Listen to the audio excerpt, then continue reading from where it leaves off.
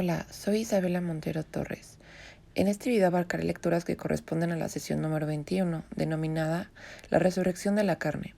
El primer texto que se presenta es del Catecismo de la Iglesia Católica y se titula La resurrección de Cristo y la nuestra. Las tres ideas principales del texto son las siguientes.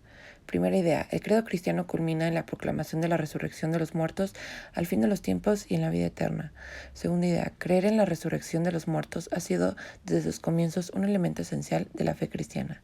Tercera idea, la muerte cristiana tiene un sentido positivo, pues el cristiano está sacramentalmente muerto en Cristo para vivir una vida nueva.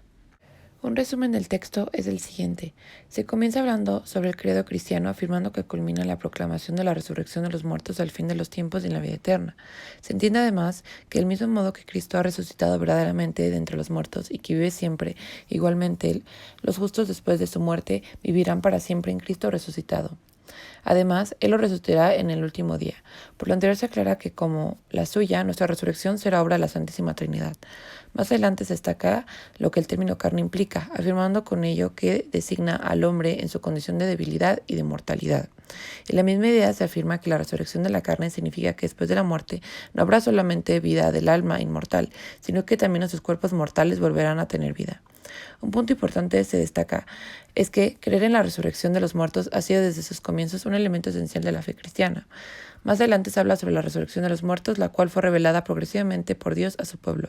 La esperanza de la resurrección corporal de los muertos se impuso como una consecuencia intrínseca de la fe en un Dios creador del hombre todo entero, alma y cuerpo. Además, se señala que el creador del cielo y de la tierra es también aquel que mantiene fielmente su alianza con Abraham y su descendencia. En esta doble perspectiva comienza a expresarse la fe en la resurrección.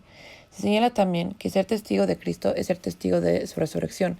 Por ello nosotros resucitaremos como Él, con Él y por Él. En el siguiente apartado del texto se aclara lo que resucitar significa, afirmando con ello que la muerte, separación del alma y del cuerpo, el cuerpo del hombre cae en la corrupción, mientras que su alma va al encuentro con Dios, en espera de reunirse con su cuerpo glorificado. Es así como se entiende que Dios, en su omnipotencia, dará definitivamente a nuestros cuerpos la vida incorruptible, uniéndolos a nuestras almas por la virtud de la resurrección de Jesús.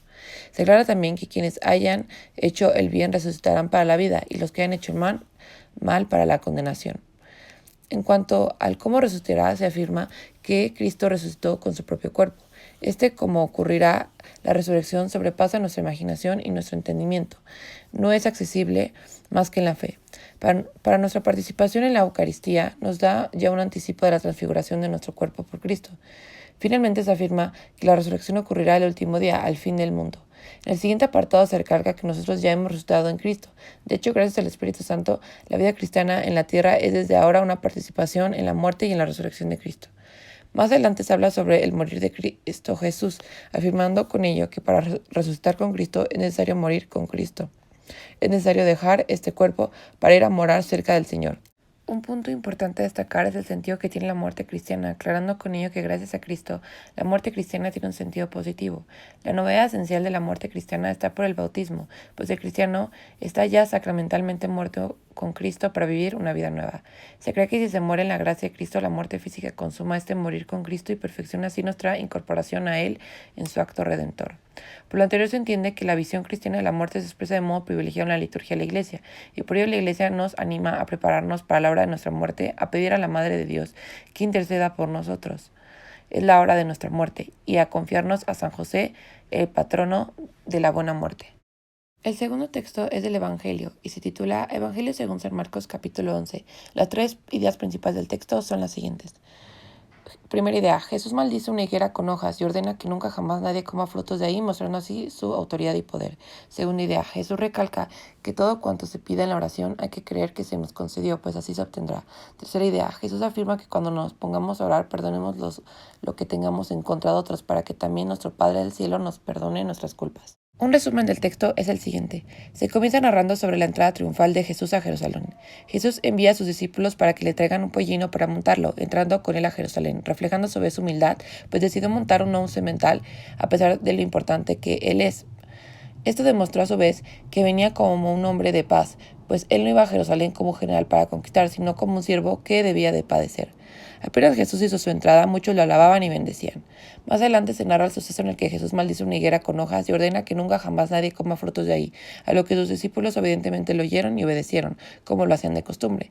Luego en el capítulo se narra el acontecimiento en el que Jesús expulsa del templo a los mercaderes, puesto que le molestaba que en su casa se realizaran tareas de compra y venta, convirtiéndola en una cueva de ladrones y bandidos, sabiendo que está escrito que su casa es de oración para todos los pueblos. Luego, como consecuencia de la maldición de Jesús a la higuera, esta se había secado, lo cual mostró el poder que tiene. Jesús ante ello le recalcó a sus discípulos lo importante que es el tener fe en Dios, tanto así que si con su fe se proclama algo y no hay duda alguna en su corazón, sino que se cree que se sucederá lo que dice, lo obtendrá. Ante ello recalca también que todo cuanto se pide en la oración hay que creer que se nos concedió, pues así se obtendrá. Es importante además que cuando nos pongamos a orar, perdonemos a los que tengamos en contra de nosotros, para que también nuestro Padre del Cielo nos perdone nuestras culpas. Finalmente se aclara la autoridad de Jesús, cuando se le acercaron los sumos sacerdotes, los escribas y los ancianos, y le cuestionaron con qué autoridad hacía lo que hacía, y quién le había dado semejante autoridad para hacer esto. Ante ello Jesús no les dijo con qué autoridad hacía todo, puesto que no sabían si el bautismo de Juan era del cielo o de los hombres. Muchas gracias por su atención y hasta luego.